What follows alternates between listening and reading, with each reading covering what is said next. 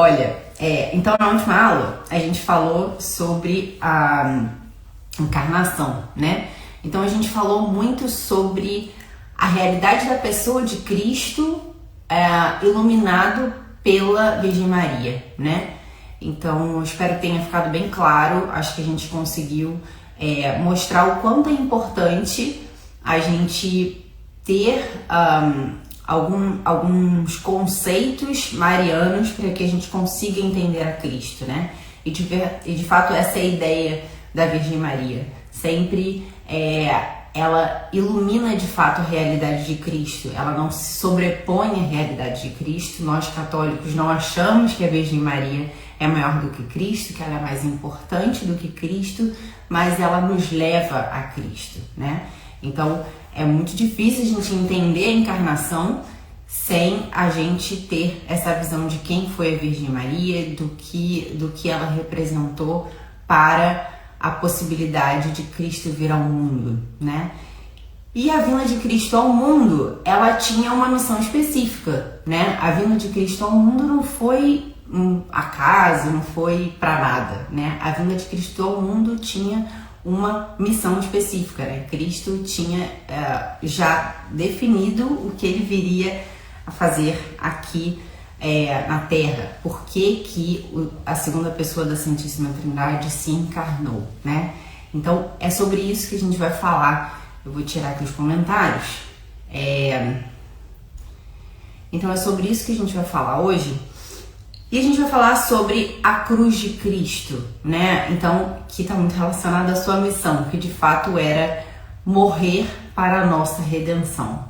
E isso é sempre uma questão muito desconcertante, né? A cruz de Cristo deixa a gente muito desconcertada, né? A gente escuta muito falar sobre o amor de Deus, sobre a misericórdia de Deus.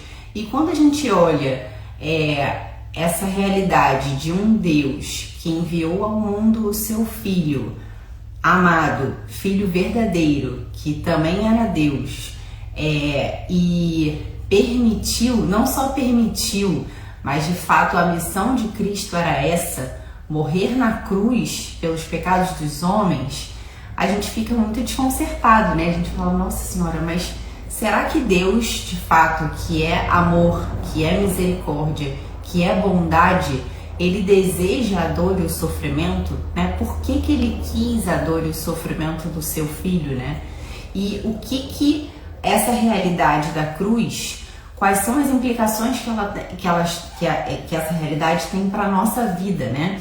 Será que a morte de Cristo na cruz foi uma salvação para todos os homens? Será que bastou Cristo morrer na cruz? Ou há algo que nós precisamos fazer para acolher essa salvação, né? Então a gente vai falar um pouco sobre essas questões aqui na aula de hoje, né?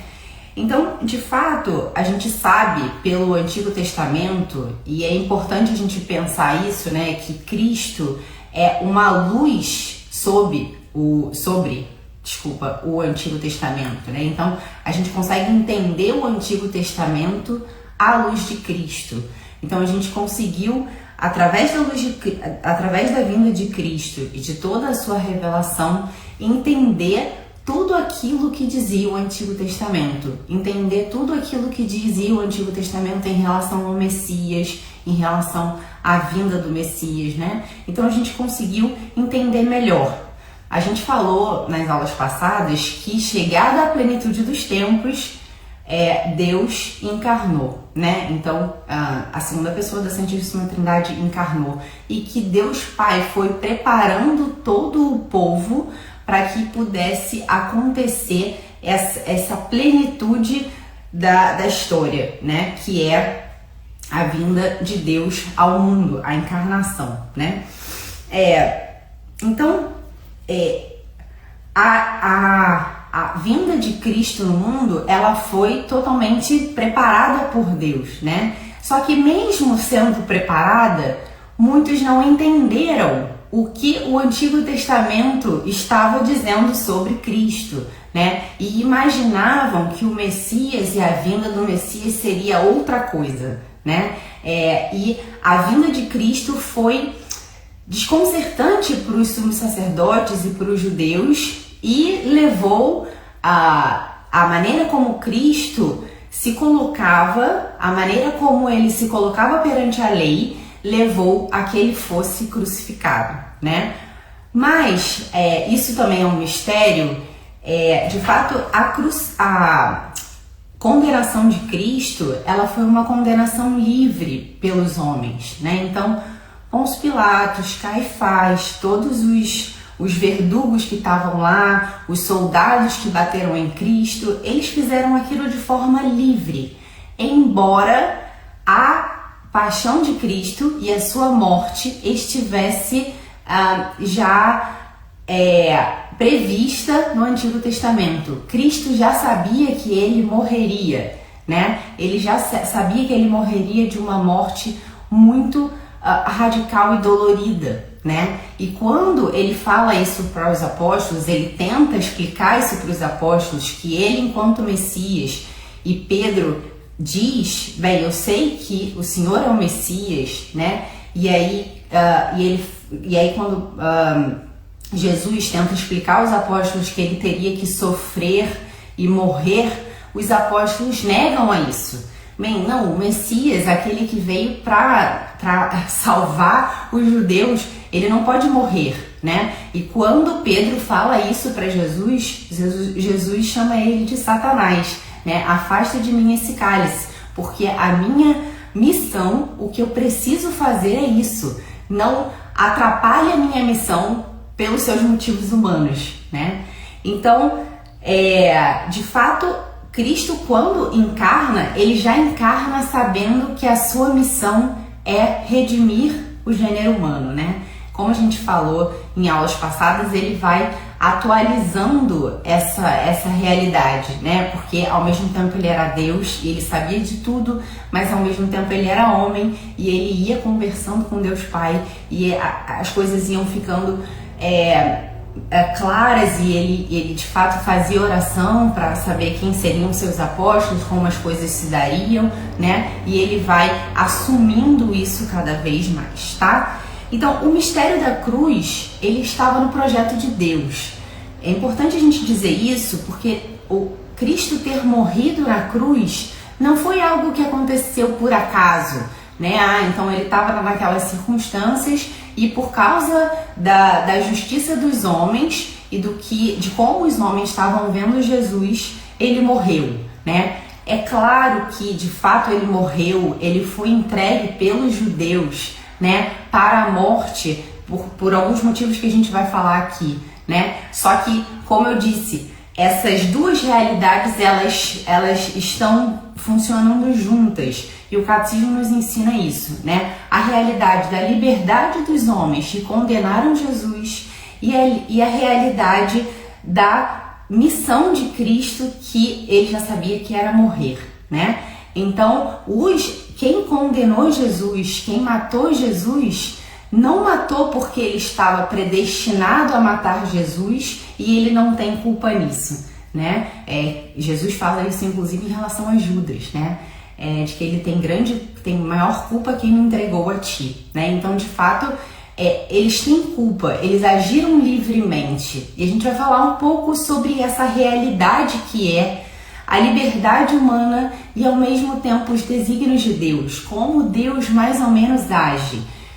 Obviamente que eu não tenho a pretensão de explicar tudo assim de forma muito clara, porque eu não sou teóloga e acho que me faltem talvez as palavras para explicar. Mas talvez facilite um pouco o entendimento da gente, né? Então, o mistério da cruz é um projeto de Deus, né? E da vinda de Cristo no mundo. Então, a gente sabe que quando Deus criou o mundo, a gente já falou isso em aulas passadas, Deus criou o mundo com uma finalidade sobrenatural. Deus criou o mundo para que ele tivesse ordenado a união com Deus, né? Só que a gente também já viu em aulas passadas, quem não viu ainda, a do pecado original é muito importante. Por conta do pecado original, esse projeto inicial ele foi quebrado, ele foi frustrado, né? Então o homem, por conta da sua obediência, por não confiar no amor de Deus. Ele desobedeceu, ele preferiu olhar para as criaturas e confiar nas criaturas, nele próprio, né? E na tentação demoníaca de que aquele caminho era o melhor, né? Então, pela desobediência, a gente perdeu a união com Deus, né? Então, a criação que foi criada, orientada para a união com Deus, ficou quebradiça, fissurada, né? Ela foi lesionada, certo?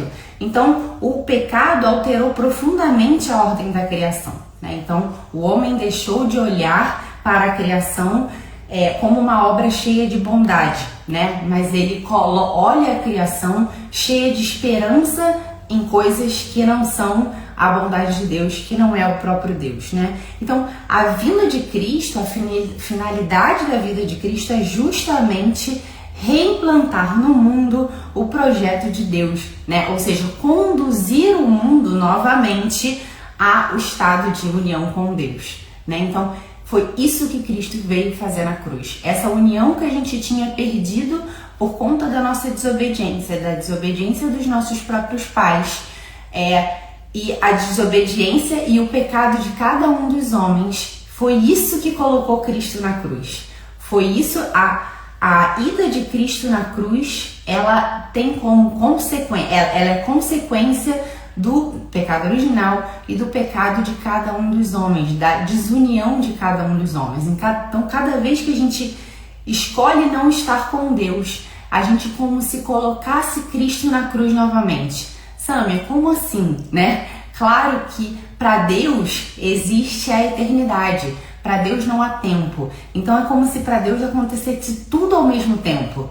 Então, uma oração que eu faço hoje para Deus, né, ela pode ter sido atendida há muito tempo atrás, né? Porque para Deus há a eternidade, né? Para Deus tudo é um bloco que acontece ao mesmo tempo. É que pra gente é muito difícil a gente entender porque a gente vive num mundo temporal, tá? A gente vai falar isso um pouquinho mais na frente. Então, Cristo assumiu, portanto, a realidade pecadora do homem, embora ele pessoalmente não tivesse pecado. A gente também já falou isso em outras aulas. Então, Jesus foi concebido sem pecado, assim como a Virgem Maria. Ele não tinha pecado e ele não pecou. Ele era o próprio Deus, ele não foi contra si próprio, né? Mas ele assumiu toda a realidade degradada do pecado na sua carne e ofereceu isso filialmente ao Pai, né? Então era necessário que uma justiça fosse feita, né? Nós desobedecemos ao Pai e era necessário que, para que a gente tivesse essa união novamente com Deus Pai, que a justiça fosse feita, que a gente pudesse novamente, o perdão de fato acontecesse, né? Mas todos os sacrifícios que foram feitos no Antigo Testamento por todos os homens, todos os desejos de reparar o que tinha acontecido, nada disso era suficiente, né? Então, o tamanho do problema era tal que só era possível que esse problema fosse resolvido, que a justiça fosse feita pela morte de um homem como Cristo, né? E daí a gente fala, nossa, mas Deus quis a morte de um ser humano e o abandonou completamente à morte. Isso não é verdade, porque ao mesmo tempo que Jesus Cristo é verdadeiro homem e ele como homem redimiu toda a humanidade, né? Ele sendo o novo Adão, ele foi obediente até a morte e morte de cruz, ou seja, ele foi o contrário de Adão, né? Adão foi desobediente, Cristo foi obediente até a morte. Ele juntou a sua vontade à vontade do Pai de forma completamente perfeita, né? Ele amou-nos tanto que amou-nos até o final. Ele não quis deixar de sofrer nada para que a gente pudesse ser totalmente salvo. E a gente também vai falar um pouco disso. Ele redimiu, inclusive, assim a nossa própria vontade, né? Então, de fato, Cristo, como o novo Adão, ele foi totalmente obediente e ele era de fato verdadeiro Deus, verdadeiro homem, mas ele não foi um homem abandonado por Deus, ele era o próprio Deus. Então o próprio Deus nos redimiu, o próprio Deus redimiu, fez justiça por nós, né? Então, se a gente olhar de fato Cristo como apenas um homem que Deus, que pegou todos os pecados da humanidade e como homem como se Deus Pai fosse um Deus sanguinário, falar, não, tá vendo? Agora eu quero que ele morra mesmo na cruz e sofra tudo isso para satisfazer o meu desejo de justiça. Não foi isso que aconteceu, né? Deus Pai, ele de fato mandou o seu Filho ao mundo, o próprio Deus, que se fez homem, e se fez homem para que pudesse ser a expiação de toda a humanidade. Então, nós, por um homem, fomos salvos, mas ao mesmo tempo não só um homem. Ele era o Deus, né? Ele era Deus, né? Então, o Deus se fez carne por nós e ele sofreu por nós tudo o que era por justiça nosso dever ter sofrido, né? Pela nossa desobediência, pela nossa falta de amor, pela nossa falta de confiança em Deus. Então, ele fez tudo isso por nós, né? Então, quando Cristo vem ao mundo, ele restitui novamente a relação e a situação humana no seu verdadeiro sentido.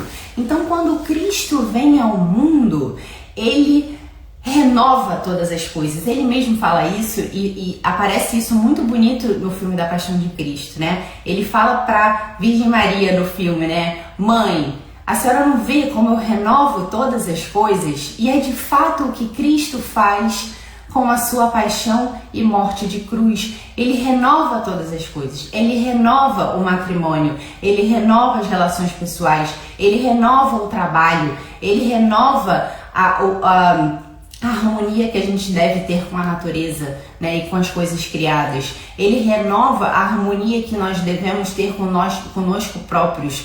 E foi o que a gente falou em aulas passadas, tudo que ele assumiu, ele redimiu. Então ele assumiu o nosso corpo, então é possível que o nosso corpo seja redimido, ou seja, que o nosso corpo corresponda àquilo que Deus Pai pensou para nós. Ele redimiu a nossa inteligência, então é possível que a nossa inteligência corresponda àquilo que Deus pensou para nós. Ele redimiu a nossa vontade, então é possível que a minha vontade assuma e deseje e corresponda a tudo o que Deus espera de mim, né? Ele assumiu a minha alma, então é possível que a minha alma ande em conformidade com aquilo que Deus pensou para nós. Então foi isso que Cristo veio fazer no mundo, né? Ele veio a reordenar todas as coisas, né? Então, o fim da vida de Jesus se realiza na sua vida inteira.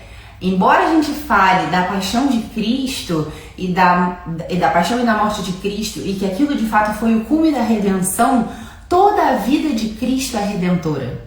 Então, por isso, quando a gente olha para a realidade dos 30 anos de Cristo, em que ele viveu uma vida normal, uma vida comum como a de todos nós, trabalhando, se relacionando com a sua mãe, se relacionando com São José, seu pai adotivo, se relacionando com as pessoas, aprendendo as coisas, crescendo em sabedoria, em graça e em estatura, tudo isso foi redimido. Então, por isso a gente pode olhar para o nosso trabalho hoje e ver que o nosso trabalho, através do nosso trabalho, a gente pode se unir à paixão de Cristo, a humanidade de Cristo, a sua vida oculta. A gente pode se unir a Cristo e isso ser redimido. Ou seja, isso ganha notas de eternidade. É isso que eu quero falar quando eu falo sobre isso, né? Então, todas as nossas realidades, por menores que sejam, o fato de a gente falar com as pessoas, comer, dar uma aula, estudar, pegar num papel, mexer, enfim, vestir uma roupa. Todas essas realidades, elas foram redimidas por Cristo. Todas essas nobres realidades foram redimidas por Cristo. E isso tudo ganha valor de eternidade, né? Isso tudo é possível a gente oferecer essas pequenas coisas a Cristo e isso ter valor de eternidade. Ontem eu conversava com esse casal e a gente relembrava justo isso, né? Que, nossa, se a gente pega do chão uma caneta por amor, isso tem valor de eternidade. Você fala, nossa, Samia, que isso? Né? De fato tem. Se eu cuido do meu filho por amor, se eu dou mamar por amor, se eu falo com meu marido por amor, se eu faço comida por amor, se eu estudo por amor, se eu trabalho por amor, se qualquer coisa que eu faça por amor e que eu me una ao sacrifício de Cristo na cruz, a sua vida oculta que foi redentora, isso tem valor de eternidade, né? Então a nossa vida passa a não ser uma vida vazia, ela é uma vida cheia de sentido, porque Cristo deu sentido a coisas que antes não tinham sentido, inclusive o sofrimento e a dor, né? Então, através da dor de Cristo, do sofrimento de Cristo, tudo isso ganha um valor de eternidade, tudo isso ganha um valor de amor de fato. Então, o que Cristo quer de fato de nós é que a gente se una a esse sacrifício dele, não só o sacrifício na cruz, e quando a gente passa pelo sofrimento e a dor, mas também no nosso dia a dia, porque isso também foi redimido por ele, né? Ele quer que a gente, com isso, a gente participe da sua vida divina, que é justamente isso que a gente tem falado nas aulas, que é o que Cristo deseja, e que é o que a gente falou agora, que foi para isso que a criação foi feita, que a gente pudesse participar da sua vida divina. Então Cristo quer que a gente acolha essa salvação, acolha toda essa entrega que ele deu, que ele fez a nós, desde a encarnação até a sua paixão e morte. Ele quer que a gente acolha isso para que a gente possa viver a vida dele, né? Para que, na verdade, a gente possa viver como diz São Paulo, né? Já não sou eu que vivo, mas é Cristo que vive em mim. A minha vida passa a ser a vida de Cristo, né? Então, é isso que ele deseja. É isso que Cristo vindo e encarnando e vivendo toda essa vida oculta, a sua paixão e morte, é disso que ele estava falando, né? Não sei se eu já contei aqui, eu não tenho certeza se é Santa Catarina de Sena, que ela meditava muito na paixão de Cristo, né? Meditava nessa realidade do sofrimento e da dor de Cristo, e quando a gente medita nisso, a gente fala, nossa, quanto sofrimento! E daí ela falava para Jesus, quanto sofrimento!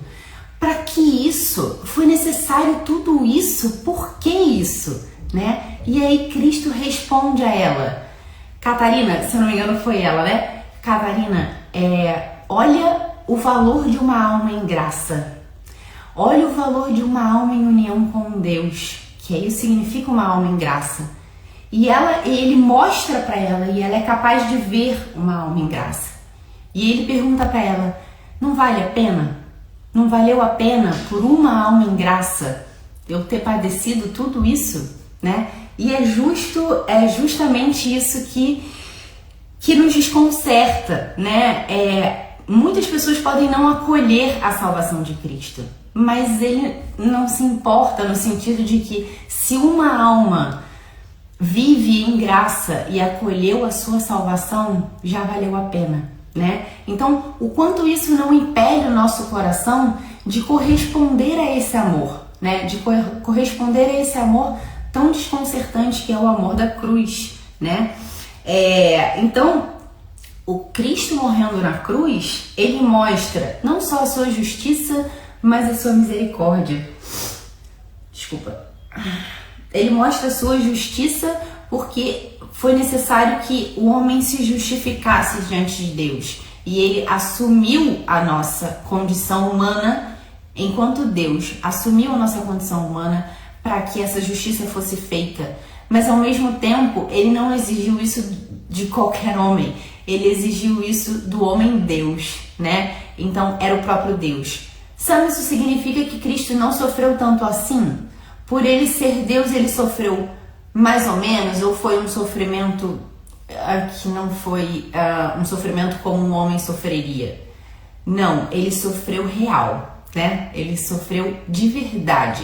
Ele sofreu, conta o Evangelho, que ele suou sangue, que ele sentia muita angústia, muita dor, porque ali naquele momento todos os pecados dos homens estavam caindo sobre seus ombros. E ele sofreu e ele não queria sofrer aquilo como um homem, como nós. A gente também não quer o sofrimento e é normal do homem a gente não querer a dor, não querer o sofrimento. A nossa primeira inclinação é essa. Eu não quero, eu prefiro não viver isso, eu não quero esse sofrimento. E a gente rechaça o sofrimento, né? São José Maria falava, quando muitas vezes isso acontecer, a gente tem que olhar para a cruz, olhar para Cristo e falar para o nosso coração, coração na cruz, porque Deus de fato nos ama. E se, como a gente falou antes, se Deus permite aquilo, é porque daquilo pode tirar um bem maior, né? E muitas vezes isso é difícil entrar na cabeça das pessoas, que Deus, um Deus que ama tanto, pode permitir um sofrimento e que daquele sofrimento ele pode tirar muitos bons frutos, né? A gente vai falar sobre a corredenção e um pouquinho do valor do sofrimento mais pra frente, né? Então, Cristo nos amou tanto, nos amou até o fim, né? Então, a cruz, ela é ela inaugura uma nova forma de amor, né? Deus sempre amou assim, só que ele nos revela como ele ama. Ele nos revela esse amor, um amor totalmente desconcertante, né? E nós cristãos somos chamados a amar dessa maneira, dando a vida pelos nossos amigos até o fim. Dando a vida até o fim, e isso tudo tem um sentido. A gente não sofre à toa, né? Então, o sofrimento para o cristão não é um sofrimento estéril e não deve ser um sofrimento estéril. Então, o cristão, ele confia em Deus, ele sabe que ele o ama e que se ele está permitindo, é possível que a gente ofereça esse sofrimento a Cristo, una o nosso sofrimento a Cristo, e isso tudo, mais uma vez, tem valor de eternidade, tá? Então, um homem morreu por todos nós, tá bom? Então, a finalidade da cruz é, de fato, cancelar o pecado do mundo. Quando acontece o pecado original, o mundo fica sob as trevas, ele fica sob o domínio do demônio, de fato, né? E quando Cristo vem, ele vem justamente para tirar o homem desse domínio, né? Para redimir a nossa vontade, redimir a nossa inteligência, redimir os nossos sentidos, redimir o nosso corpo, e a gente ser capaz de, com a nossa inteligência, com a nossa vontade, com os nossos sentidos, a gente acolher a salvação e escolher o amor, né? Escolher pelo amor. Antes a gente estava sob o domínio do demônio, agora não mais, né? A gente está sob o domínio do amor, de fato, e a gente pode amar de fato, né? Mas a gente sabe que Deus quer a nossa liberdade, né? Ele não só quer, ele respeita a nossa liberdade, né? Ele respeita a nossa liberdade até as últimas consequências, né? Respeitou lá no início e respeita hoje. Então, Deus, apesar de ter morrido na cruz, ele não impõe a sua morte e não nos obriga a acolher a sua salvação, né? Ele morreu na cruz e ele respeita a nossa liberdade para acolher isso ou não, né? Ele não nos obriga a nada. Então, Cristo ter morrido por todos não significa que todos nós seremos salvos. De fato, todos nós podemos ser salvos e fomos salvos. Mas, ao mesmo tempo, essa salvação precisa ser acolhida por cada um de nós, né? Então, de fato, Cristo morreu por todos, mas é necessário que a gente acolha essa salvação pessoalmente, né? Então, o mistério da cruz, ele de fato, Cristo carregou os nossos pecados. Então, ele voluntariamente carregou a maldade humana, né? todo sob o seu corpo, todo sob os seus pecados. Por isso ele se sentiu tão só. Era tamanho o pecado, e o pecado nada mais é do que o negar a Deus, né? E ele sentiu isso na sua carne, né? Meu Deus, por que me abandonaste? Ele sentiu o abandono, e é de fato o que acontece conosco quando a gente está dominado pelo pecado, né? Então ele se sentiu abandonado, mas Deus Pai estava ali, e é assim que a gente sente, né? E ele sofreu tudo isso, ele foi totalmente despojado das suas vestes. Ele que era o rei do universo foi despojado de tudo. Nada mais o sobrou. Os amigos não sobraram, nada sobrou. Ele foi despojado de tudo, ele foi cuspido, ele foi escarnecido, ele foi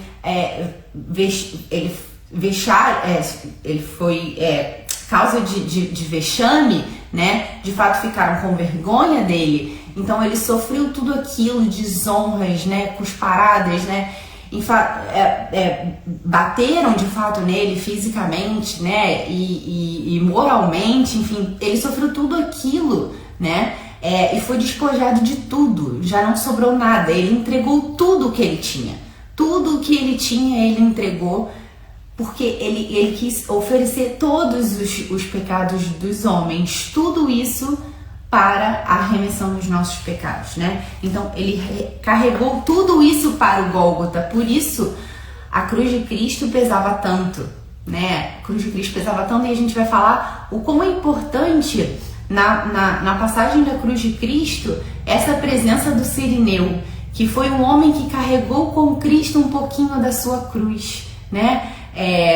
Ele não pediu para carregar a cruz de Cristo, e muitas vezes isso acontece na nossa vida. A gente não pede para carregar a cruz. Muitas vezes a gente não pediu para ficar doente, a gente não pediu para ter uma desonra, a gente não pediu para ter uma traição, a gente não pediu...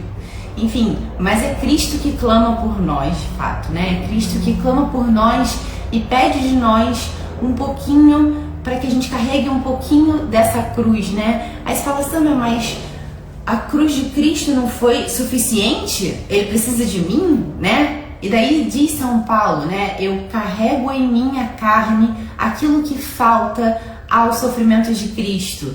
Falta alguma coisa? Não falta alguma coisa. Cristo entregou tudo, e a sua paixão e morte foi completa, né? Não é necessário mais nada para que a gente fosse salvo. Mas ao mesmo tempo, nós somos corpo de Cristo, né? E com ele nós podemos sofrer, e com ele a gente pode oferecer esse sofrimento pela nossa própria salvação e pela salvação dos outros, né? Pela salvação do mundo. Então Cristo muitas vezes chama por nós, né? E muitas vezes isso é uma coisa que as pessoas dizem, nossa, parece que quanto mais próximo de Deus a gente tá, parece que Deus de fato chama por nós, e às vezes a gente fica um pouco desconcertada, será que eu quero, será que eu não quero? Porque o sofrimento é isso, o mesmo processo que aconteceu com Cristo de falar para Deus, Pai, bem, se eu puder, tira de mim esse cálice, é o que acontece conosco. A gente não procura o sofrimento, não quer o sofrimento, né? Mas ao mesmo tempo, enquanto cristão, a gente entende o sofrimento e sabe o quanto Deus Pai nos ama imensamente, e que ele só faz isso pelo nosso próprio bem, pelo bem da salvação da humanidade. Até que os santos, grandes santos, conseguiram encontrar alegria. E quantas pessoas conseguem encontrar alegria na cruz, alegria nas dificuldades, né? Então isso desconcerta muitas pessoas quando nós cristãos vivemos uma vida alegre, vivemos uma vida cheia de sentido, cheia de otimismo cristão, e que as pessoas falam, nossa, parece que a vida dessa pessoa não tem problemas. A vida dessa pessoa tem problemas, mas ela olha para esses problemas com outro olhar. Ela olha para esses problemas sabendo que ela pode corredimir com Cristo, que aquilo não é à toa, né? Que aqueles sofrimentos não são à toa, que ela não está sozinha, que ela não está abandonada, que Deus olha por ela e que Deus sabe de tudo e confia nela para que ela possa salvar muitas almas e salvar-se a si própria, né? Oferecer o seu sofrimento, porque nós de fato pecamos, e com o nosso pecado a gente nega a Cristo muitas vezes. Então é uma maneira de a gente pedir perdão pelos nossos pecados, e Cristo acolhe isso quando a gente junta esse nosso sofrimento, essa nossa dor à cruz de Cristo, né?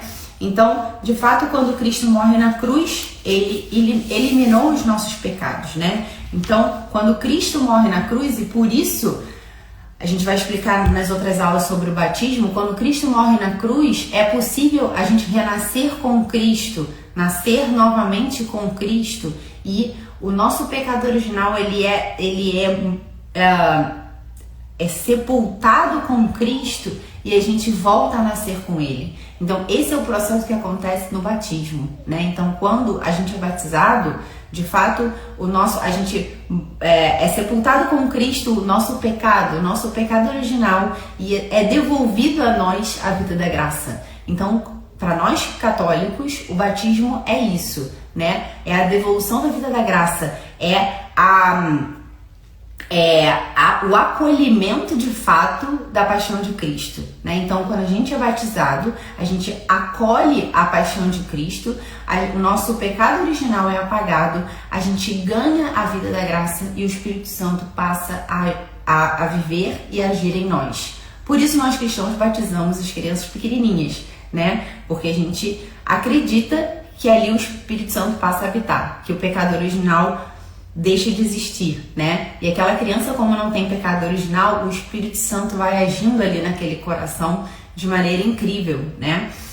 E vai orientando a vida dessa criança à união com Deus, que é aquilo que a gente falava no início, que é para isso que Cristo veio na cruz, né?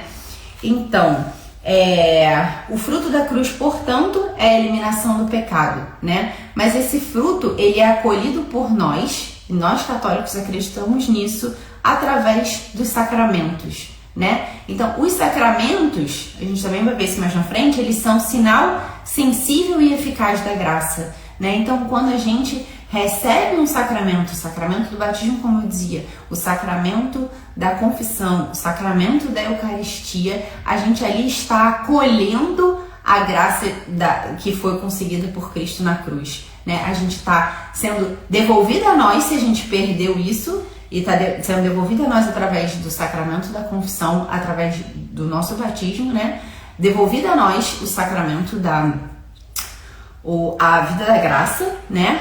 E essa vida da graça, ela é alimentada por um alimento espiritual, que é o alimento da Eucaristia, né? Que a gente vai falar isso um pouquinho pra frente, tá bom? Então, Deus quis salvar a todos, como eu dizia, mas essa salvação, ela leva em consideração a liberdade humana, então é necessário que a gente acolha essa salvação, tá? Então, isso eu falei com vocês. Da misericórdia, falei com vocês também. Da justiça, é que eu falando, depois eu vejo que já vou falando as coisas, né? Então, isso...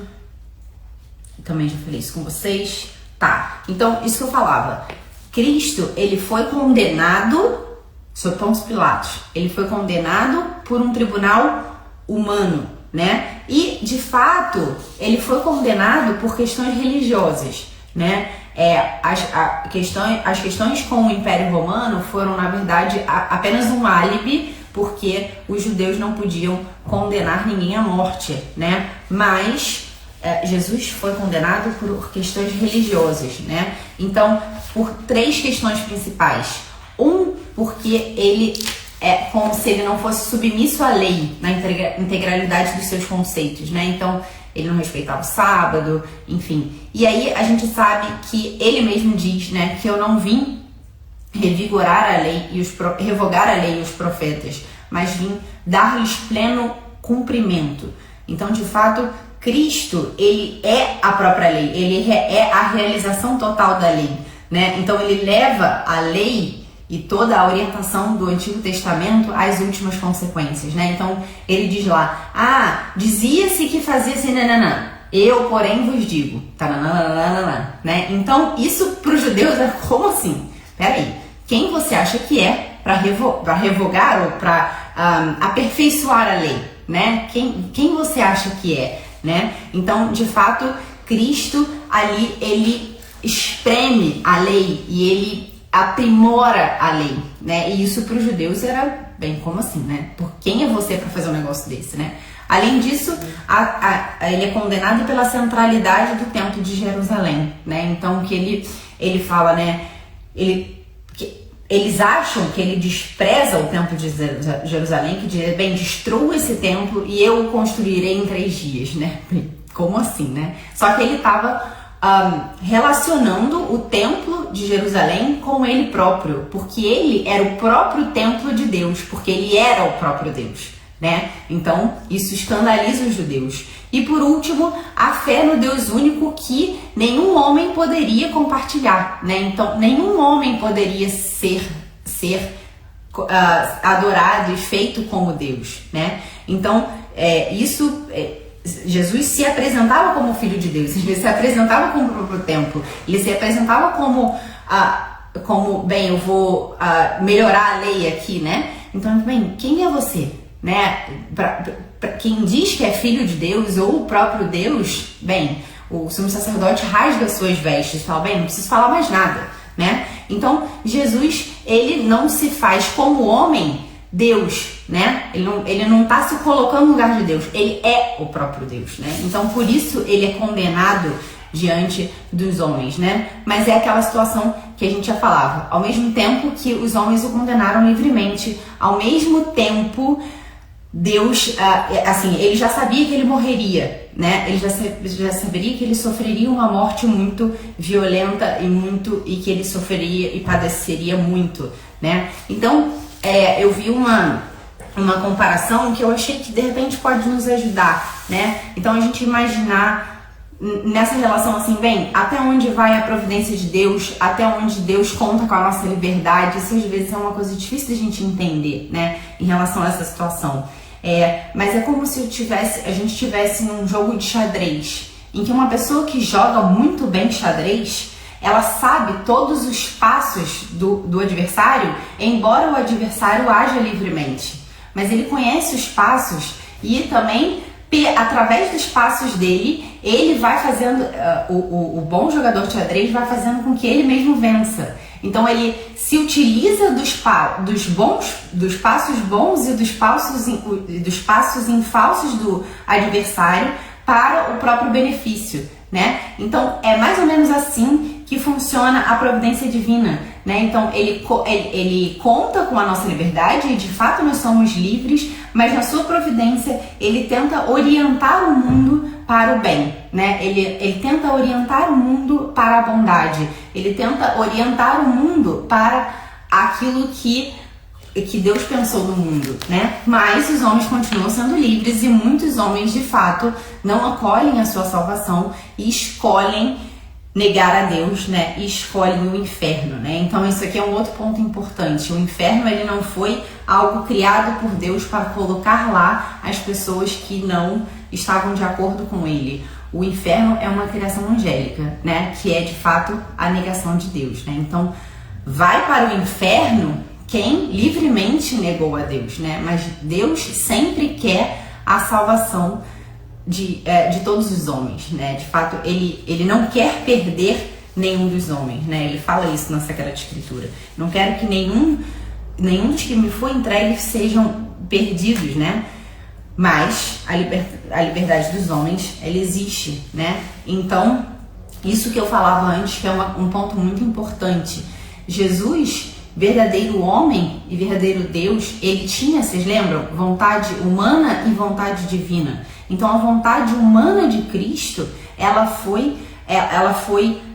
ficou conforme a vontade divina. Então ele passa ali por aquela agonia, por aquele sofrimento que é bem, eu sei a vontade de Deus Pai, eu sei o que diz a minha vontade divina, mas ao mesmo tempo a minha vontade humana não quer sofrer tudo isso. E é uma agonia de fato, né? É uma agonia aí que muitas vezes nós passamos também, né? De tipo saber o certo a ser feito, saber a vontade de Deus, e a gente passa por uma agonia porque a gente não quer, porque a gente quer fugir do sofrimento. E Jesus fala isso para Deus Pai, bem, se o Senhor puder, afasta de mim esse cálice, né? Então ele suou sangue. Então de fato Cristo assumiu a vontade humana, né? Então, por ter assumido a vontade humana, ele pôde redimir a vontade humana. E é por isso que de fato a gente pode amar de verdade, porque a gente pode, por conta dessa conformidade que Cristo teve na cruz com a vontade divina, a gente pode assim, a nossa vontade também foi redimida e a gente pode sim conformar a nossa vontade com a vontade divina, né? Então, por isso existem a vida dos santos, a vida de pessoas que de fato conseguiram fazer isso, conseguiram por suas próprias forças, porque elas são como Deus, porque elas são melhores do que Deus, porque elas conseguiram através da graça de Deus. Elas se utilizaram da graça de Deus e através da sua graça, que foi conseguida na cruz e que é alimentada em nós, através dos sacramentos, através disso, a nossa vontade humana, ela consegue dizer sim à vontade de Deus na nossa vida, né? Então, é isso que significa dizer que a gente foi redimido, que a nossa vontade foi redimida, né? Então a nossa vontade, ela não está totalmente escrava do demônio e do pecado. A gente consegue sim fazer atos de amor a Deus, né? Fazer atos de amor a Deus e usar bem a nossa liberdade, né? Por causa da graça de Deus, né? Então, Jesus ter morrido na cruz, né? O que significou isso, né? Significou um sacrifício de aliança, ou seja, vocês lembram, as alianças foram feitas desde o Antigo Testamento, com Abraão, Moisés e tudo, e a aliança definitiva foi a aliança que Cristo conseguiu na cruz, né? Então, essa nova forma de nos relacionarmos com Deus é a aliança definitiva, é o novo pacto selado entre Deus e a humanidade, né? O outro é o sacrifício da expiação, né? Então, a expiação é de fato essa limpeza, a purificação dos pecados, né? Então, de fato, Deus limpou, purificou os nossos pecados na cruz. Ah, Samia, mas a gente não pode pecar novamente? Sim, a gente pode pecar novamente e a gente pode se sujar com o pecado novamente. E por isso existe o sacramento da confissão, né? Que ali a gente, como eu disse, é um sacramento, sinal sensível e eficaz da graça, não é o sacerdote que faz nada, ali é Cristo, que a gente diz que é um sinal sensível e eficaz, porque a gente, na hora que a gente vai ali falar com o sacerdote, a gente sabe que a graça está agindo, a gente se sabe de fato perdoado por Deus, não porque o sacerdote fez alguma coisa, mas Cristo fez, e a gente visualmente faz, e nós somos corpo e alma, e os sentidos nos ajudam. Os sentidos nos ajudam e ali de fato a graça age. O pecado é perdoado, né? O pecado é perdoado, mas as inclinações do pecado continuam. A gente consegue perceber isso na nossa própria vida, né? Quando a gente, enfim, começa a comer doce, quando a gente é muito mais difícil a gente parar de comer o doce e voltar a comer direito do que quando a gente não estava comendo e a gente estava na dieta direitinho. Porque é normal, a gente fica quase numa inércia, né? Então, a expiação, a purificação dos pecados é a reorientação dos sentidos, da inteligência e da vontade para a vontade de Deus, tá bom?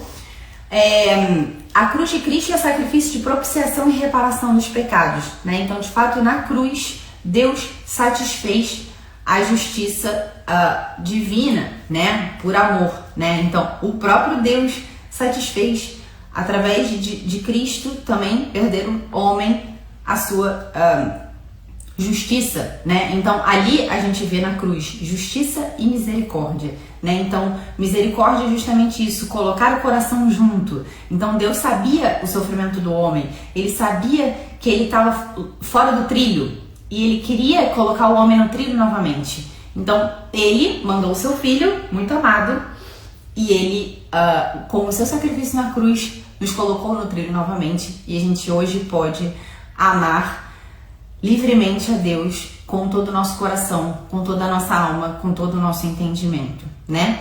Então, a cruz de Cristo é um ato de redenção e libertação de fato, né? Então, através da cruz de Cristo, a gente pôde incorporar-se novamente ao céu. Antes de Cristo morrer na cruz, as portas do céu não estavam abertas. Quando Cristo morre na cruz, aí sim a gente pode ir para o céu novamente, tá?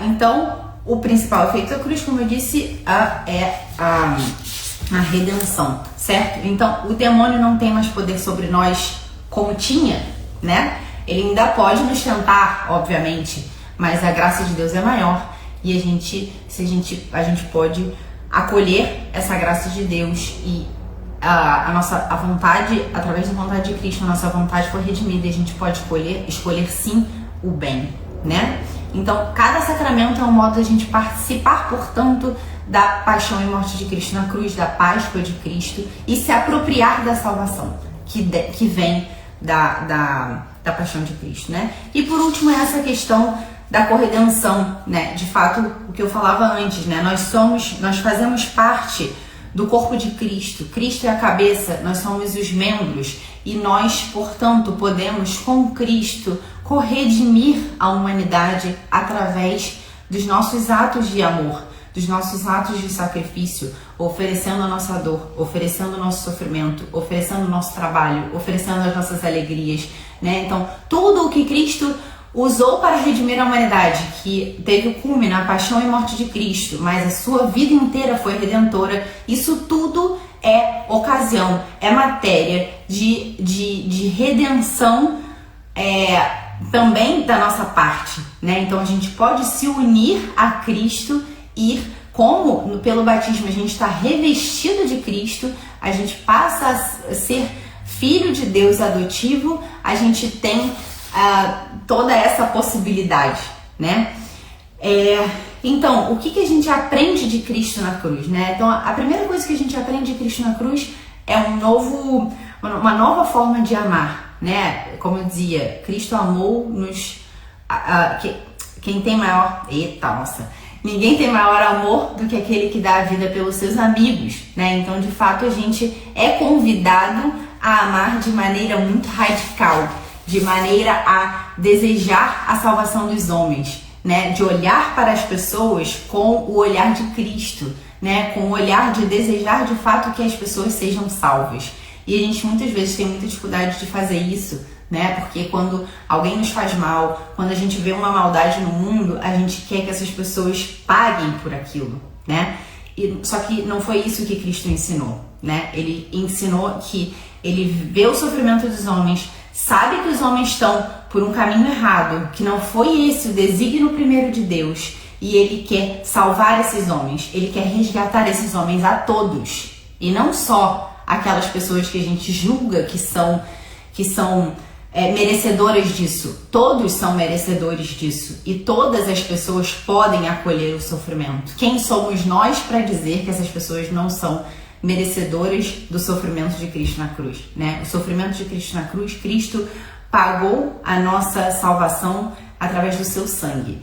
Quem somos nós para dizer que essa ou aquela pessoa não é merecedora do sofrimento de Cristo na cruz, né? Mas é necessário que cada um de nós, e esse deve ser o nosso desejo cristão, que cada uma das pessoas acolha esse sofrimento, essa salvação pessoalmente. Então esse nosso desejo que as pessoas acolhem a salvação não só intelectualmente, mas acolham a salvação com a sua vontade, com os seus sentidos, com a sua inteligência, com a sua vida de fato, reordenando a sua vida para aquilo que Cristo pensou, né? Aquilo que Deus pensou desde toda a criação, e o que ele fez de fato foi vir e corredimir todas essas realidades. Então, acolher a salvação de Cristo é fazer o que Cristo gostaria que a gente fizesse, corredimir tudo, reorientar tudo para Deus. Então, como Deus pensou o matrimônio? É assim que nós cristãos vamos viver. Como Deus pensou a relação entre os homens?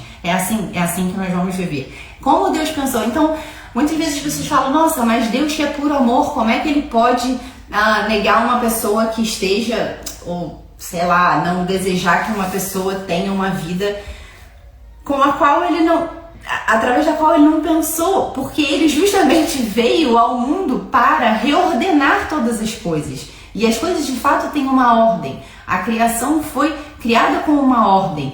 A gente tem que tomar muito cuidado, porque a nossa inteligência, as nossas paixões, os nossos sentidos, eles estão muito embebidos, muitas vezes com o pecado original, de pessoas que não foram batizadas, estão embebidos com os nossos pecados, e a gente se confunde com essas coisas e a gente acha que todas as coisas que vêm de nós são boas e foram colocadas ali por Deus e desejadas por Deus, e não necessariamente. Muitas vezes essas coisas vêm das nossas desordens causadas pelo pecado original e causadas pelos nossos pecados pessoais.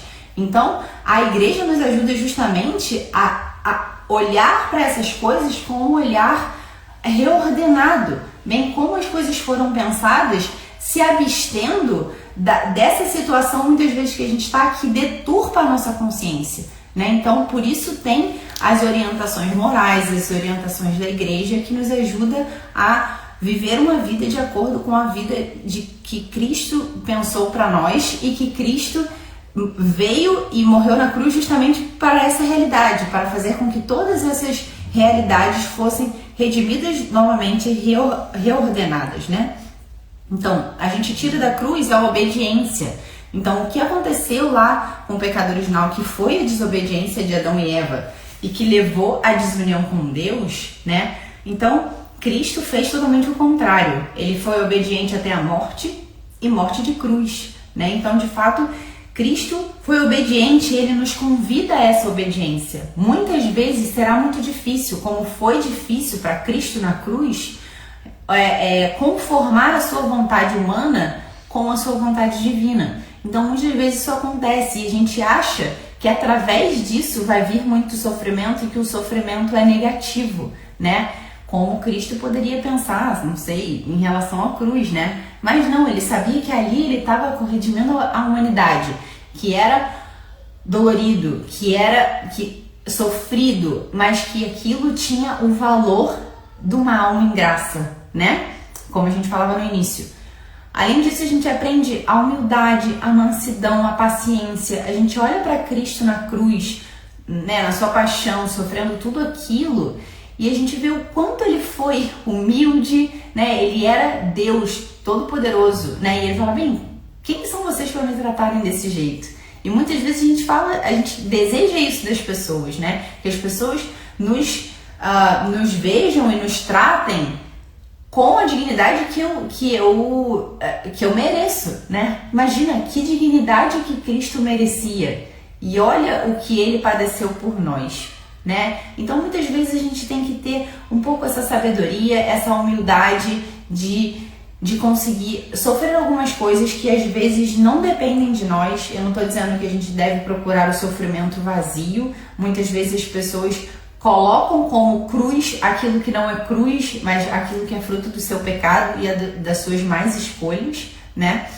Mas a gente, de fato, pegar como cruz aquilo que é, né? A mansidão, né? É suportar todas as coisas com mansidão e não com rebeldia e não com irritação, né? Mas com mansidão, com paciência, sabendo que tudo concorre para o bem daqueles que amam a Deus, né? Que a gente não está sozinho, que Cristo está ali conosco, né? E que se Ele permitiu, é que dali Ele pode tirar um bem maior, né? E por último isso, o desprendimento das coisas terrenas, que foi justamente o que Adão e Eva não conseguiram se desprender das coisas terrenas e do desejo de fazer-se como Deus e de querer que com as suas próprias forças conseguissem as coisas, né? Conseguissem a felicidade, conseguissem o conhecimento do bem e do mal, conseguissem, enfim, tudo que eles achavam que eles conseguiriam por suas próprias forças, né? A gente precisa se desprender das coisas da terra, como eu dizia, né? Cristo se desprendeu de tudo. Lá na cruz ele não tinha mais nada, né? E se desprender das criaturas, se desprender de tudo para que a gente possa ter um coração totalmente livre para amar o máximo que a gente possa, de acordo com aquilo que Deus pensa para a nossa vida. Tá bem? Então é isso. Mais uma aula concluída.